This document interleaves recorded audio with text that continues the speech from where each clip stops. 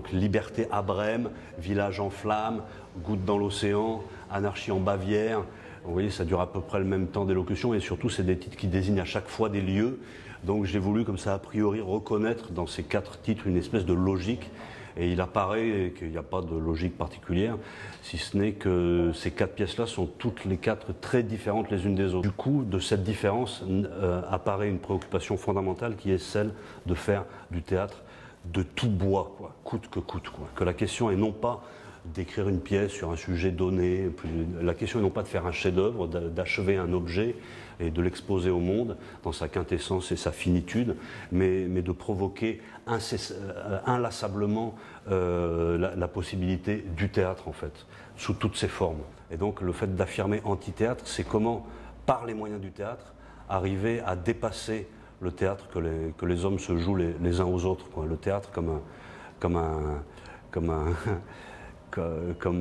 non pas comme un remède, parce qu'il n'y a rien à soigner, il n'y a rien à expurger, mais en tout cas une espèce de...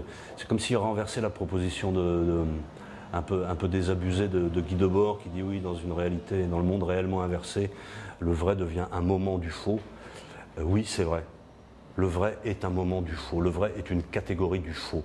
Et comment le théâtre, en épuisant les possibilités du faux, nous permettent d'avoir l'intuition de ce que pourrait être la vérité. La vérité non pas comme une chose en soi, mais comme une expérience particulière de la réalité.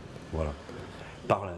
Donc c'est en ce sens-là qu'Antithéâtre me plaît comme titre, c'est que c'est une manière de dire à Guy Debord, arrête de pleurer, quoi.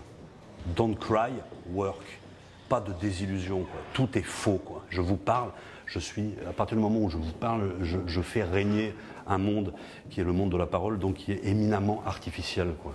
Quel autre moyen j'ai que cette parole-là, que de faire advenir ce que je ne peux pas dire, quoi. Il y a une espèce de tension permanente qui est remise au jour le jour, en jeu dans l'acte théâtral,